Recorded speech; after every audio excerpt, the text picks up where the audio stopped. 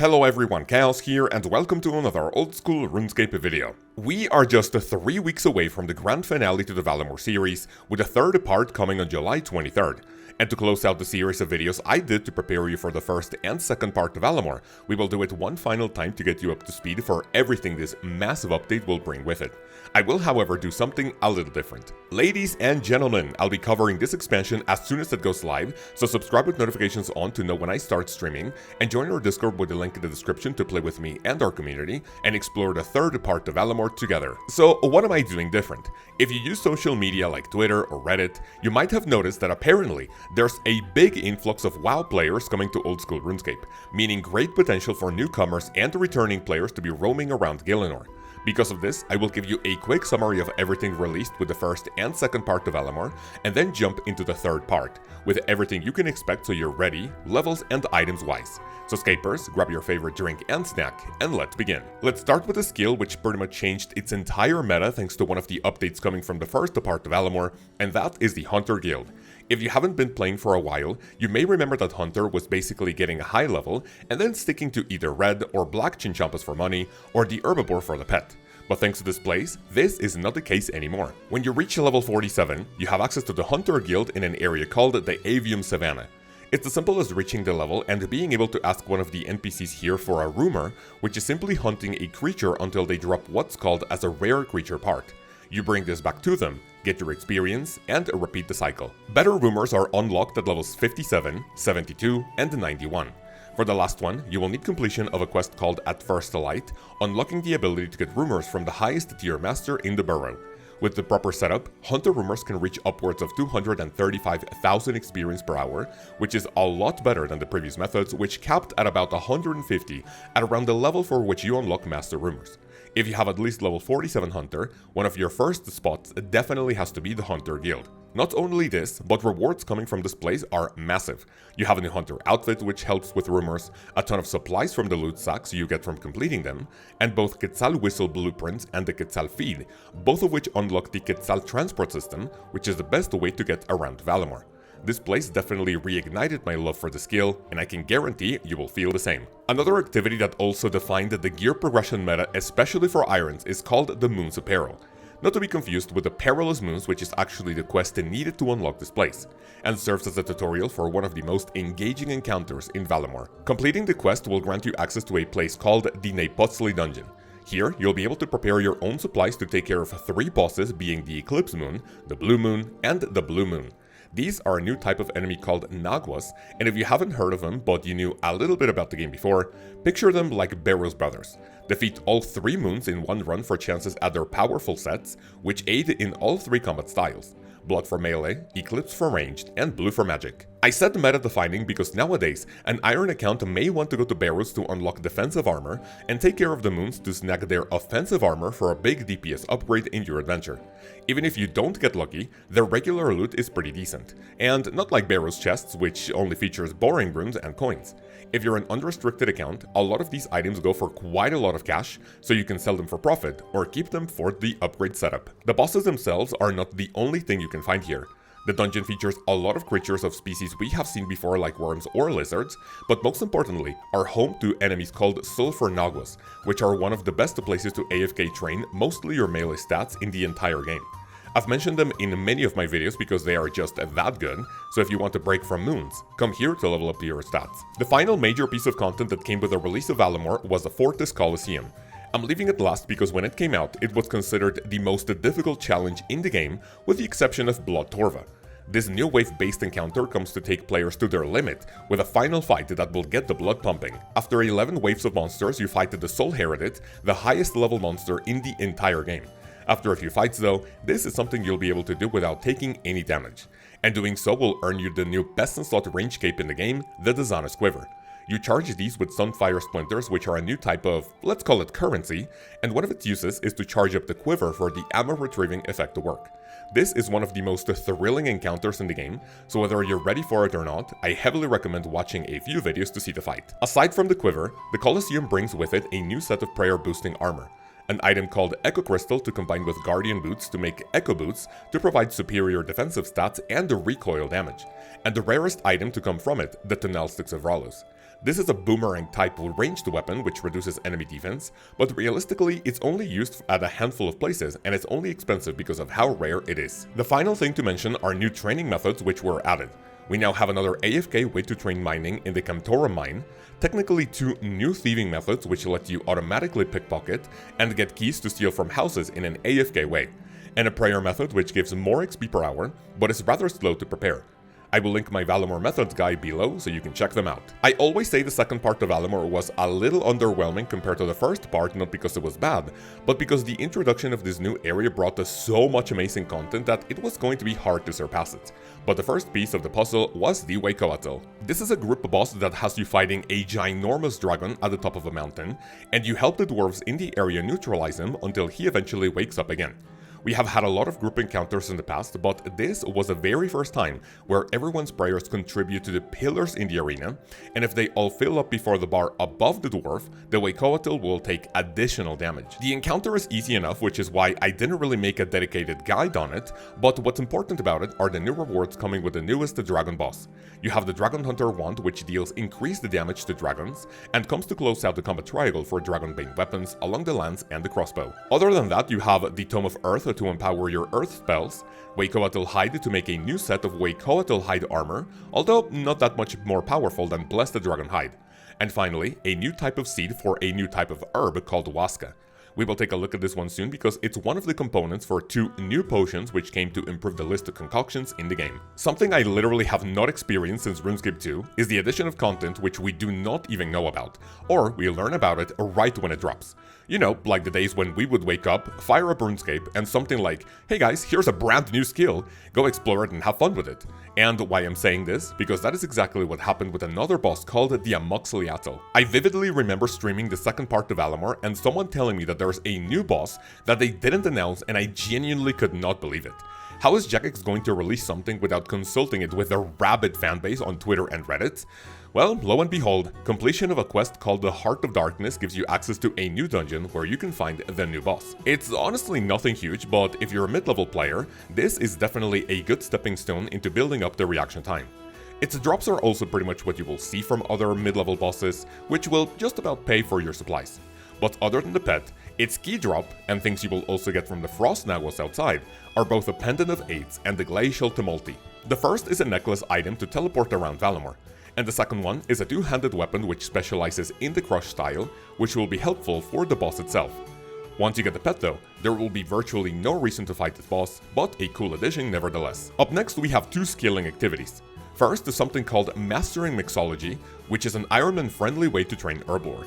This basically means that you will get more experience out of your herbs, but the catch is that it's not as quick as traditional training, and of course you won't be getting any potions from this. You can check out my Varlamore Part 2 video for a more in-depth explanation, because doing it here will take up more than I would like.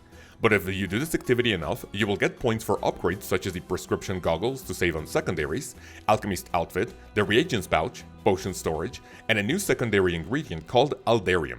Combine this with Waska Potion, and you can get Prayer Regeneration and Goading Potion, both of which are super useful at PvM. The other activity is for Agility, and this was supposed to come out for the first part of Varlamore but postponed until the second one. This is the most quote-unquote AFK way to train the skill, because you can click on obstacles around the arena, and your character will take slightly longer than usual to go from point A to point B, giving you a little bit of downtime. It has pretty low level requirements for the basic and the advanced routes, so it's something interesting to do if you can't pay much attention. This is another way to get Amylase crystals to make stamina potions, a transmog for the agility pet, and the coolest of them, a new cosmetic upgrade for the graceful set. Other than a few quests and new areas, that's pretty much everything the second part of Varlamore brought with it, and now let's get into what a lot of you have been waiting for. The third part of Varlamore will release on the 23rd of July, and as of right now, it looks like it could be better than part 2, but maybe not as hype as part 1. You let me know in the comments what you think, but we gotta wait until we try out all the content to see which one might come out on top. I'll go over these from quote-unquote least to most exciting in my opinion. First up, we have the finale to the Varlamore questline with the Final Dawn. You are seeing requirements on screen, and it doesn't look like it will be too tough to complete.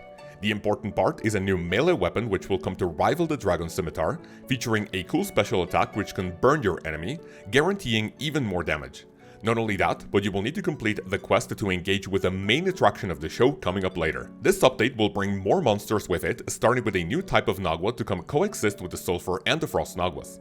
They will drop a new dual-wield stab weapon called the Earthbound Tekpatl to close out the melee attack style along the Sulfur Blades and the Glacial Tumulti. We have yet to see if they will have a Slayer level requirement, because to kill the Sulfur Naguas you need level 48, however the Frost Naguas has no Slayer level requirement. Up next we have a new enemy by the name Gemstone Crab. Jagex says that it will be better to fight this monster in a group since it is intended to collaborate with fellow scapers to take it down, and for your efforts you'll be awarded with a good chunk of gems. I wonder if this will be a new way to AFK train your skills if the mechanics allow it, or even solo it to keep all the loot to yourself. We will get a new Slayer dungeon called the Custodia Pass, and although we don't know which creatures may be lurking in the shadows, one of them is going to be called the Custodia Stalker. The interesting part about it is that it will come in 3 different forms, being Juvenile, Mature, and Elder, each with a respective Slayer level to kill. When disposing of them, you will have a chance to receive a new offhand item called the Antler Guard. This has drastically reduced defensive stats in exchange for some beefy offense, which aims to reward those who can correctly pray against their enemies. The runner-up spot on the list belongs to a new way to train the fletching skill. Historically, fletching has always been one of the most boring skills to train, but this minigame has us covered to actually make the skill engaging, and getting insane rewards for even more experience per hour to get over it even quicker. The summary of this minigame is that you'll be carving wooden totems at a place called Auburn Valley. You will chop wood, place a totem in one of the many locations, and then carving some of the animals around the area. The, let's say, prettier they are, the more ents you will attract, and these tree spirits will pay their respects to your totem, leaving offerings behind. The cool part about it is that we will be able to use items like unfinished bows and crossbow stocks to further decorate these totems, which will give us fletching experience in a way to recycle our supplies. Jagex says that these offerings may give us a chance to receive the rewards we will talk about next, but I hope there's a way to obtain them with some form of currency, as to not gatekeep these amazing items behind RNG. The fletching knife is wearable, and you'll fletch items 1 tick faster for accelerated experience per hour. The bowstring spool can be upgraded to have higher amounts of bowstrings in it, and use a single inventory slot for you to string your bows and to make 27 per inventory. The final item coming from this activity are ent branches, which you will be able to use to make your own atlatl dart, masks, and a totem for your POH. This activity may sound underwhelming on paper, but I can guarantee it will be a banger and come to revolutionize the fletching skill for the better. And like I said before, the star of the show is going to be a new encounter by the name the Doom of Mokhaiotl. In it, you'll be fighting a new powerful boss by the name the Otso-Ayak. This is going to be the first of its kind in old school RuneScape because it will have something that's known as a delve system. If you're unfamiliar, this is mostly inspired by RuneScape 3 and some of their bosses which possess a mechanic called Enrage. The higher the enrage after consecutive encounters, the tougher the boss will be to defeat. This makes its way into old school RuneScape by the name Delve, and the last time we talked about it, it was confirmed that we were going to be able to fight this boss in, let's call them 8 tiers of difficulty. Defeat the boss once and it will go deeper into its lair. The deeper it goes, the harder it will be to defeat. You can either stop the run at any given time and claim your loot, or chase after the monster for a tougher fight, but chances at more lucrative rewards. This means that if you're able to defeat it on the final level, you will have the highest chance at some of its insanely powerful unique items. In order to prepare for this boss, we are not messing around. I believe it will definitely be up to par with the Inferno and the Fortress Colosseum at its highest difficulty, but to be honest with you, because of the delve system, it sounds like you may potentially get away with at least trying this boss if you're a, let's say, late game player. And who knows, you could even snag some of its loot and sell it for your efforts. It's hard to tell the levels and gear required to do well at it, but as long as you have participated in a few raids, got some combat achievements at demanding bosses like the Corrupted Gauntlet or Phosani, you should be well equipped to give the Otso-Ayak a run for its money. Although, after getting Radiant Oathplate, I really don't think the final fight will be that much more difficult, and the hard part will be staying there for as long as possible for more chances at the uniques. And speaking of uniques, let's talk about rewards. We got a new 3-tick powered magic wand by the name Eye of the Ayak. This features relatively short attack range and a cool special attack, which will hit slower but with higher accuracy, and increase the max hit, and lowering your target's magic defense equals to the damage dealt. One of the first places where I can imagine it being super useful is at the TOB Nilo room, but we gotta wait to see where else it will shine. The Avernic Threat will be the new best-in-slot pair of boots in the entire game, pretty much combining all 3 Cerberus boots into one, and further buffing their offensive stats for all 3 combat styles. This will be the first boot item with range strength in the history of the game, and to make it you need the base boot drop from the Otso-Ayak, and feed it all 3 Cerberus boots to enjoy the ultimate pair of Jordans. The cherry on top will be a new pair of magic gloves by the name Confliction Gauntlets. The history of the rewards coming from this place is not something I'll be getting into in this video because I do not want to rage, so if you want to learn more about it, go check out my Fail the Polls video. Not only will the Confliction Gauntlets have the best magic stats in the game for the slot, but if you're wearing a one-handed magic weapon, it will roll accuracy twice if your last attack did not land. This will guarantee more DPS where you need it, and won't be giving the Tunican Shadow any more juice, since it has been a topic of debate for a long time. In conclusion, if you're a brand new or returning player, you have a week and a half to unlock Varlamore and engage with all the content it provides.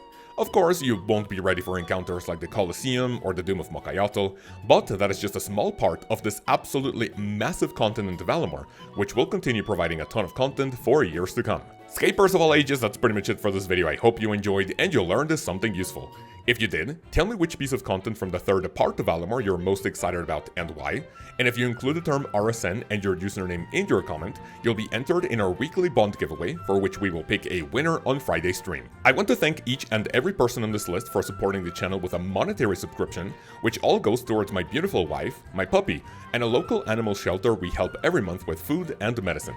If you like what I do here and want to be part of this list of legends, click the join button below to see all the cool perks and benefits you can get in the videos, in the live streams, and of course in the Discord for a monthly fee. In the next one, we'll be taking a look at the worst diary tasks from each region and tell you how to get over them quicker with the knowledge I have gathered throughout the years. For now, I hope you have an amazing day, have an amazing week, and I will see you then. Peace.